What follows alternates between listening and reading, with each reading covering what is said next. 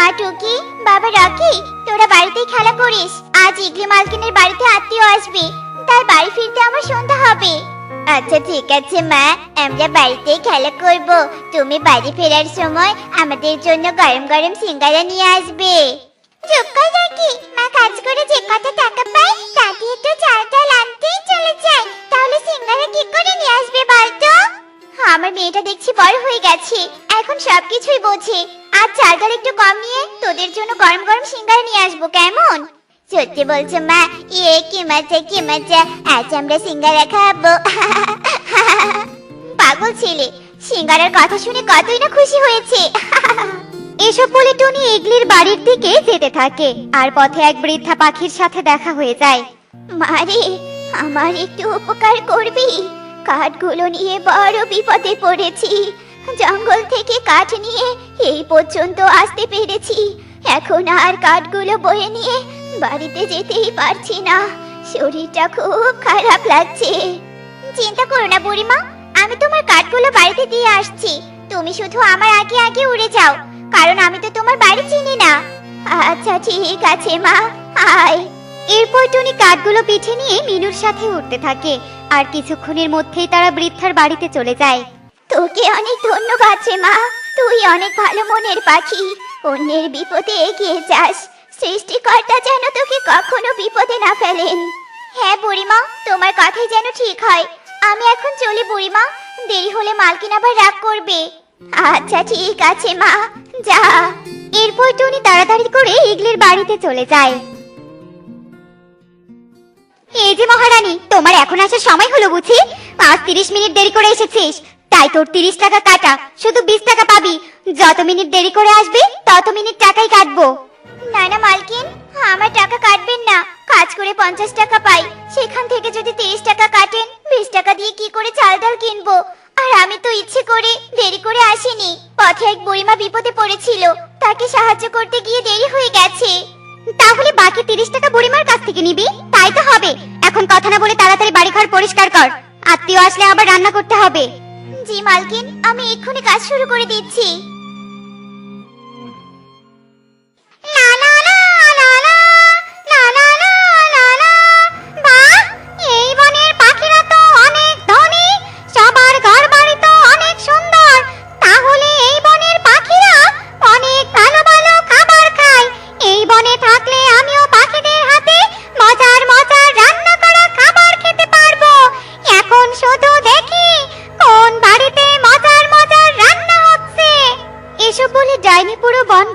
দেখতে থাকে, আর ইগলির বাড়ি থেকে খাবারের গন্ধ ডাইনির নাকে গিয়ে পৌঁছায়।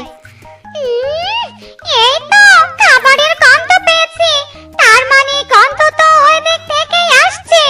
আমি বরং ওই বাড়ির সামনে গিয়ে দেখি কি রান্না করছে। ওই তো ওই পাখি রান্না করছে, তাড়াতাড়ি রান্নাটা শেষ কর, তোর হাতের রান্না বুঝি খুব মজার হবে। টুনি, আত্মীয়রা আমাদের বনে পৌঁছে গেছে, তাই তুই তাড়াতাড়ি চা বানিয়ে নিয়ে আয়। জি মালকিন, তাই করছি। তার মানে এই পাখিটা অন্যের বাড়িতে রান্নার কাজ করে, কিন্তু ওই শয়তান মালকিন তো ঝামেলা বাঁধিয়ে দিল। খাবার রান্না না হতেই চা বানাতে বলল। এই দিকে আমার তো আর তর সইছে না। যাই হোক, আমি এখানে বসে অপেক্ষা করি, ধৈর্যের ফল সবসময়ই মিষ্টি হয়। এই বলে ডাইনি গাছে বসে খাবার খাওয়ার জন্য অপেক্ষা করতে থাকে, আর এদিকে টুনি চা বানিয়ে ইগলির কাছে নিয়ে যেতেই পা পিছলে মেঝেতে পড়ে যায়, আর চায়ের কাপগুলো ভেঙে চুরমার হয়ে যায়। এ কি সর্বনাশ করলি? এত দামি কাপগুলো তুই ভেঙে ফেললি? তোকে তো আজ মেরেই ফেলবো। এসব বলে ইগলি টুনিকে লাঠি দিয়ে মারতে থাকে। আমাকে মারবেন না মালকিন, আমি যে ইচ্ছে করে কাপগুলো ফেলে দেইনি। আমার যে খুব ব্যথা করছে, আমাকে ছেড়ে দিন মালকিন। এই পাখিটাকে এভাবে মারছে কেন? আমাকে কিছু একটা করতে হবে। এসব বলে ডাইনি জাদু দিয়ে ইগলির হাত থেকে লাঠিটা নিয়ে ফেলে দেয়। এ কি, লাঠিটা কোথায় গেল? শয়তান টুনি, তুই এক্ষুনি আমার বাড়ি থেকে বেরিয়ে যা বলছি, আর কাল থেকে তুই কাজে আসবি না। তোর মতো অপয়া পাখিকে কাজে রাখবো না। আচ্ছা ঠিক আছে মালকিন, আসবো না। আপনি আমার 20 টাকা দিয়ে দিন। তোর কোনো টাকা নেই, আমার জিনিসপত্র ভেঙে আবার কোন মুখে টাকা চাইছিস? লজ্জা করে না? ইগলির মুখে এমন কথা শুনে টুনি আর কিছু না বলে বাইরে চলে আসে। আমি এখন কোথায় কাজ পাবো? কাজ না পেলে যে ছানাদের নিয়ে না খেয়ে মরতে হবে। ছানারা কত আশা করে আছে, ওদের জন্য গরম সিঙ্গারা নিয়ে যাব। এদিকে আমার ভুলের জন্য তো কাজটাই হারিয়ে ফেললাম। এখন আমি কি করব কিছুই বুঝতে পারছি না। এসব বলে টুনি সেখান থেকে চলে যায় আর গাছ থেকে ডাইনি তার সব কথা শুনে ফেলে। ওই পাখিটার কথা শুনে খুব কষ্ট লাগছে। আমি ওই পাখিকে সাহায্য করব, তাহলে আমি ওর হাতের মজার মজার রান্নাও খেতে পারবো। এই পাখি, তারা বলছে তোর সাথে কথা আছে। কে আমাকে ডাকছে? এ কি ডাইনি? আমাকে মেরো না, আমি তো তোমার কোনো ক্ষতি করিনি, আমাকে মেরো না। আমাকে দেখে ভয় পাস না, তোর কোনো ক্ষতি করব না। আড়াল থেকে তোর সব কথা শুনেছি, তাই তোকে সাহায্য করতে এসেছি। এই নে সিঙ্গারা বানানোর জিনিসপত্র, এগুলো দিয়ে সিঙ্গারা বানিয়ে বিক্রি করলে তোর অভাব কেটে যাবে আর তোর ছানাদের সিঙ্গারা খাওয়ার ইচ্ছাও পূরণ হবে। ডাইনি দিদি, আমি স্বপ্ন দেখছি নাকি এটা বাস্তব? আমি তো কখনো বাস্তবে আমার ডাইনিকে সাহায্য করতে দেখিনি। আমি ভালো ডাইনি রে, সব ডাইনি তো খারাপ হয় না। আর শোন, তোকে কিন্তু আমাকে মজার মজার খাবার রান্না করে দিতে হবে। তোর হাতের রান্নার গন্ধ শুনে আমার খুব পছন্দ হয়েছে। আচ্ছা ঠিক আছে ডাইনি, তুমি প্রতিদিন আমাকে রান্নার সব জিনিসপত্র দিয়ে যেও, আর আমি তোমাকে রান্না করে দিব। এখন বাড়িতে গিয়ে তুই তোর কাজ কর, আর আমি রাতে তোর বাড়িতে গিয়ে রান্নার জিনিসপত্র দিয়ে আসবো। এরপর টুনি খুশি মনে বাড়িতে চলে যায়। দিদি দিদি, মা এসে গেছে। মা, গরম গরম সিঙ্গারা এনেছো? না রে বাবা। তারপর টুনি তার ছানাদের সব কথা খুলে বলে আর সে সিঙ্গারা বানানোর কাজ শুরু করে দেয়। এভাবেই বেশ কিছুক্ষণ কেটে যায়। মা টুকি রাখি, তোরা এই সিঙ্গারাগুলো খেয়ে নে, আর আমি বাকি সিঙ্গারাগুলো বিক্রি করতে যাই। আচ্ছা ঠিক আছে মা, যাও। সিঙ্গারা নিবে? সিঙ্গারা আমার কাছে আছে, গরম গরম সিঙ্গারা। যারা যারা খেতে চাও তাড়াতাড়ি চলে এসো। এভাবে টুনির হাঁকডাক করতে থাকে আর তখনই সেই পথ দিয়ে পেঁচা উড়ে যেতেই টুনির হাঁকডাক শুনে তার কাছে চলে আসে। এই যে পাখি, আমাকে দুটো সিঙ্গারা দাও তো। হ্যাঁ দাদা, দিচ্ছি। এই নাও সিঙ্গারা, খেয়ে বলো তো কেমন মজা হয়েছে। তোমার হাতের সিঙ্গারা খেতে তো খুব মজার। তুমি যদি এখানে একটা হোটেল দাও তাহলে খুব ভালো বিক্রি হবে। দোকান দেওয়ার মতো তো আমার কাছে এত টাকা নেই দাদা, তাহলে কি করে দোকান দিব বলো? আমার টাকার অভাব নেই, সৃষ্টিকর্তা আমাকে অনেক অর্থ সম্পদ দিয়েছেন। এই টাকাগুলো তোমার কাছে রাখো, এখানে 10,000 টাকা আছে। এই টাকা দিয়ে তুমি এখানে একটা হোটেল দাও। আচ্ছা ঠিক আছে দাদা, তোমাকে অনেক ধন্যবাদ। এরপর পেঁচা সেখান থেকে চলে যায় আর তখনই সেই পথ দিয়ে ইগলি উড়ে যেতেই সবকিছু দেখে হিংসায় জ্বলে যায়। এই টুনি তো দেখছি আমার থেকেও ধনী হয়ে যাবে। না, একে কিছুতেই ধনী হতে দেয়া যাবে না। আজ রাতে ওর বাড়ি পুড়ে ছাই করে দিব। এসব বলে ইগলি সেখান থেকে চলে যায় আর সে রাত হওয়ার জন্য অপেক্ষা করতে থাকে। আর রাত হতেই ইগলি দিয়াশলাই নিয়ে টুনির বাড়িতে চলে আসে। আর সে যেই না টুনির বাড়িতে আগুন লাগিয়ে দিতে যাবে তখনই সেখানে ডাইনি চলে আসে। এই শয়তান পাখি, টুনিকে মেরে তাড়িয়ে দিয়ে তোর রাগ কমেনি? আবার ওর বাড়িতে আগুন লাগিয়েও দিতে এসেছিস? তখন টুনির দোষ ছিল বলে তোকে কিচ্ছুটি বলিনি, এখন আর ছেড়ে দেব না। না না ডাইনি দিদি, আমাকে মেরো না, আমি আর কখনো টুনির ক্ষতি করতে আসবো না। তোর মতো খারাপ পাখির কোনো ক্ষমা নেই। এসব বলে ডাইনি ইগলিকে ওপরে তুলে নিচে ফেলে দেয়। ওরে বাবা রে, ওরে মারে, আমার পাটাই ভেঙে গেল রে, ভেঙে গেল। দেখো, বাইরে কে যেন চিৎকার করছে। চলো তো বাইরে গিয়ে দেখি কে বিপদে পড়লো। হ্যাঁ রে মা, চল। হে কি মালকিন, আপনি এখানে? তোর বাড়িতে আগুন লাগিয়ে দিতে এসেছিল, তাই ওকে শাস্তি দিয়েছি। টুনি বোন, আমাকে ক্ষমা করে দিস। তোর ক্ষতি করতে এসে নিজেই বিপদে পড়ে গেলাম। আর কখনো অন্যের উন্নতি দেখে হিংসা করে তার ক্ষতি করতে চাইবো না। শয়তান পাখি, ওর উচিত শিক্ষা পেয়েছে। এই নে টুনি, মাছ মাংস এগুলো মজা করে রান্না কর, সবাই মিলে খাবো। আচ্ছা ঠিক আছে ডাইনি দিদি। এরপর টুনি রান্নার কাজ শুরু করে দেয় আর এভাবে ডাইনির সাথে টুনির অনেক ভালো বন্ধুত্ব হয়ে যায়। দেখলে তো বন্ধুরা, অন্যের ক্ষতি দেখে হিংসে করলে নিজেরই ক্ষতি হয়। এমনই সব মজার মজার শিক্ষণীয় টুনি পাখির গল্প দেখতে আমাদের সাথেই থেকো। আর গল্পটি কেমন হয়েছে তা কমেন্টে জানাতে ভুলো না কিন্তু। Bye bye. মোমো নিয়ে যাও মোমো, সুস্বাদু মোমো। মোমো নিয়ে যাও মোমো। মোমো মোমো সুস্বাদু মোমো, যারা যারা মোমো খাবে তারা তারা চলে এসো। এই যে টিয়ে দিদি, ময়ূরী দিদি, দাদারা চলে এসো আর সুস্বাদু মোমো খেয়ে যাও।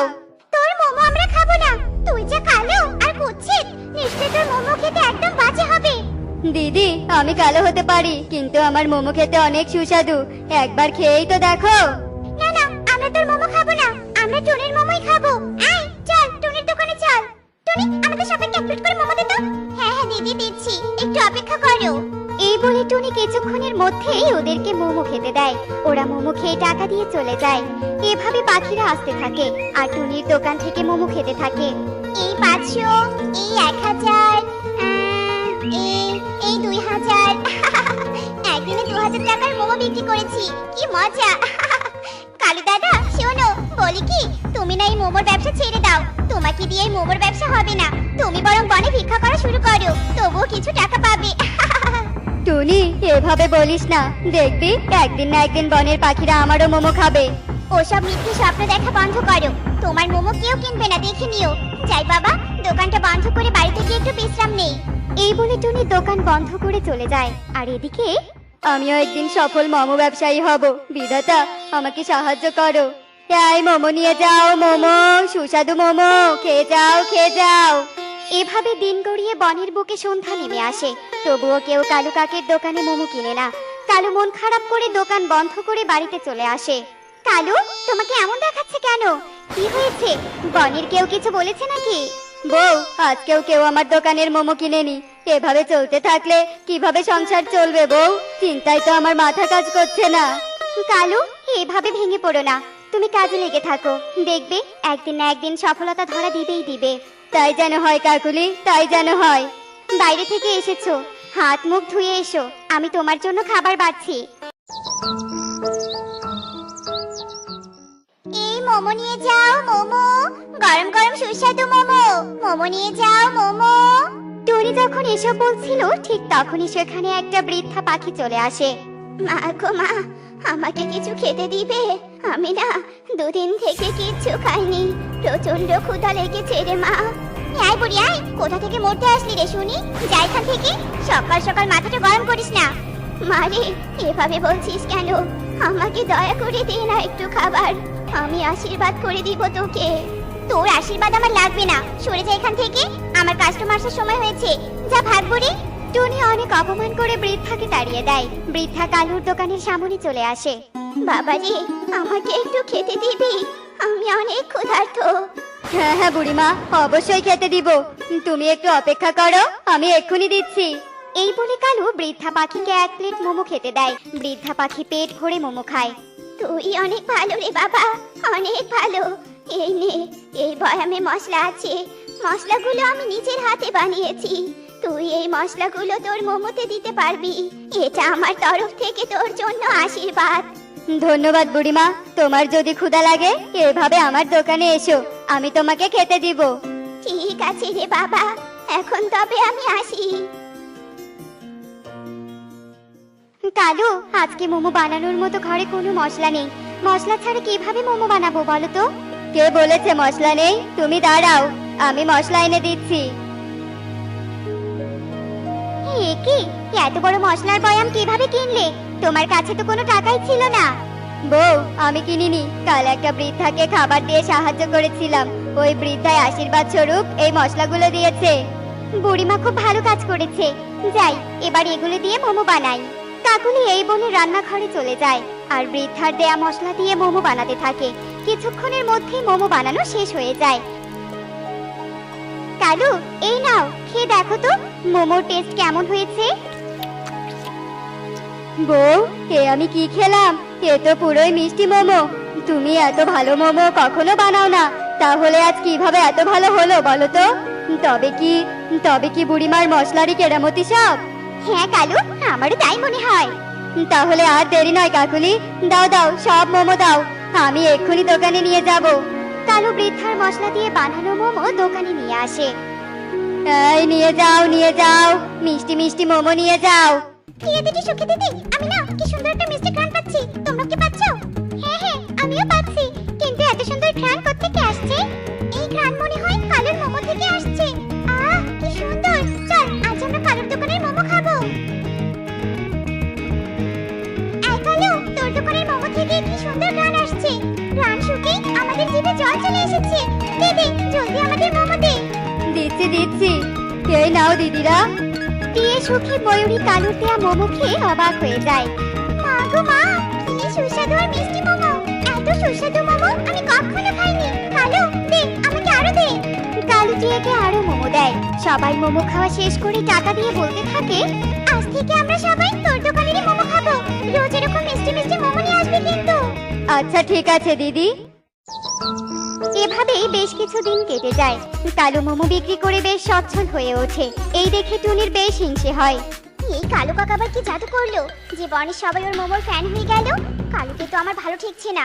না না, ওর কাজের উপর আমার নজর রাখতে হবে।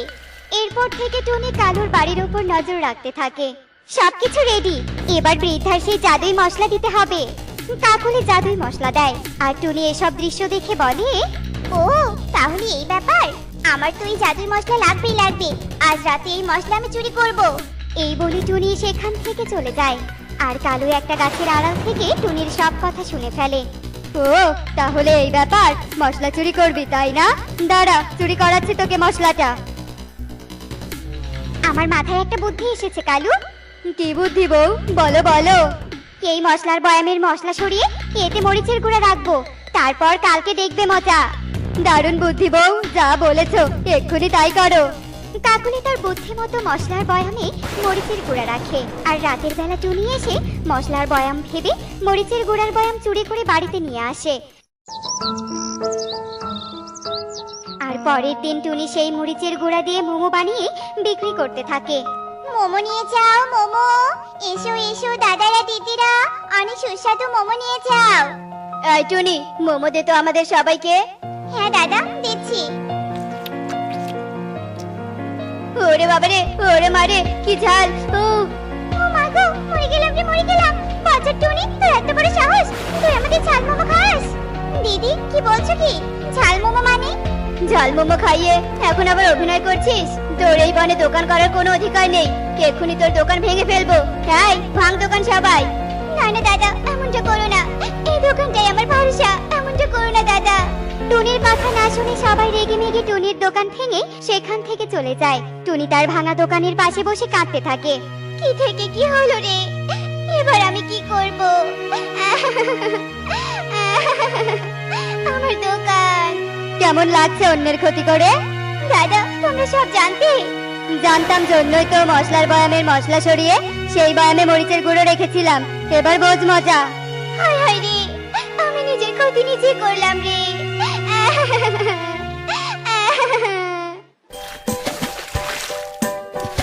দেখলে তো বন্ধুরা, অন্যের ক্ষতি করতে চাইলে নিজেরই ক্ষতি হয়। এমন সব মজার মজার শিক্ষণীয় টুনি পাখির গল্প দেখতে আমাদের সাথেই থেকো। আর গল্পটি কেমন হয়েছে তা কমেন্টে জানাতে ভুলো না কিন্তু। Bye bye.